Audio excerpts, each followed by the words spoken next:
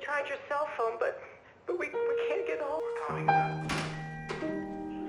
One thing. Hey, it's me, your mailbox. There's supposed to be a package delivered.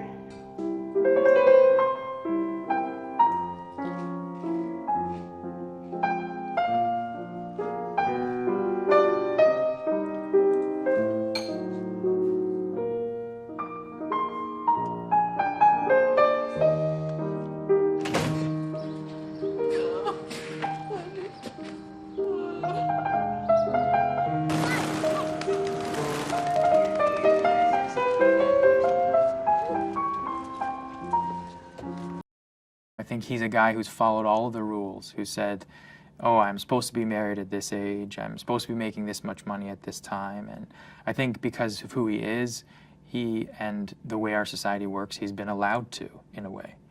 But he's lacking the richness of a real life somewhere. And I think this tragedy that happens opens him up to all the things that life can offer. And as a result, I think he's, throughout most of the movie, really trying to search for what feels right to him and tries to find himself again. The 2015 film Demolition, starring Jake Gyllenhaal, is known for its great acting, particularly Gyllenhaal's nuanced and layered performance as Davis Mitchell, a man struggling with grief after the sudden death of his wife. The story explores themes of emotional detachment, self-discovery, and shock-induced honesty, as Davis literally starts to demolish his life around him to confront hidden feelings and truths. The narrative includes many commonly missed references and metaphorical Easter eggs, such as his demolition obsession mirroring different grief behaviors, the candy bar vending machine representing his initial inability to receive comfort, and a carnival symbolizing his emotional rebirth and readiness to move forward. You know, my process in getting involved in this movie was actually a simple one. It involved really Jean-Marc sending me the script. He had a few months before shooting the movie, and he offered me the movie, and I read it, and I was deeply moved by it, and within a week in it, you know, working on it with him, I was really sort of impressed with his point of view and how he wanted to make the film. I'm starting to notice things I never saw before. Well, maybe I saw them.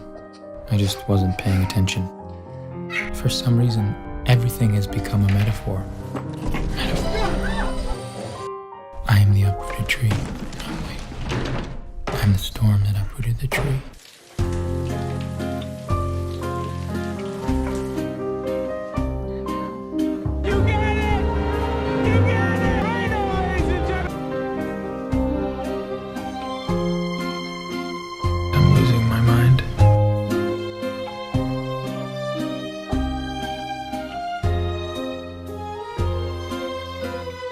None of it's real. Nothing to hold in my hands.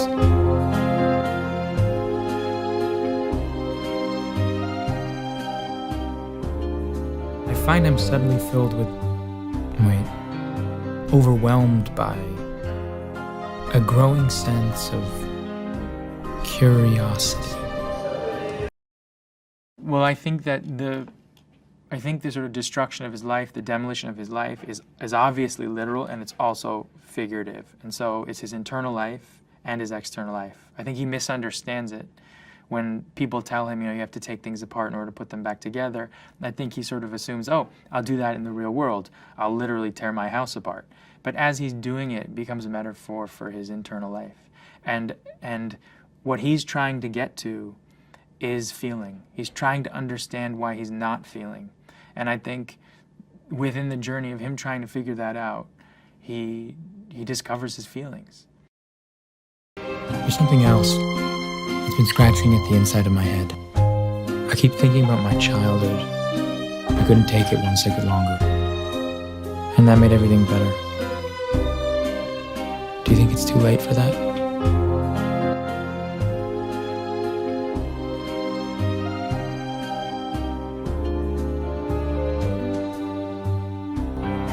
Remarkably, I escaped without a scratch.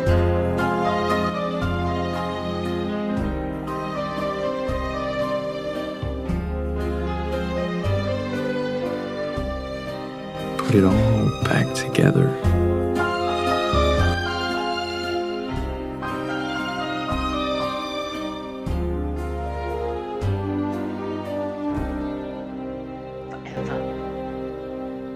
I hate that word.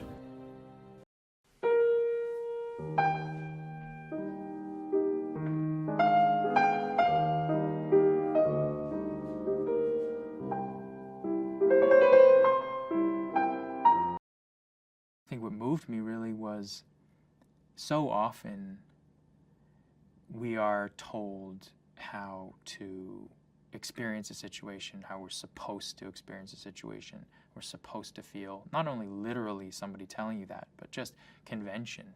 You know, the movies we see, the books we read, the magazines we read, on the internet, whatever it might be, we're told this is the way it should be.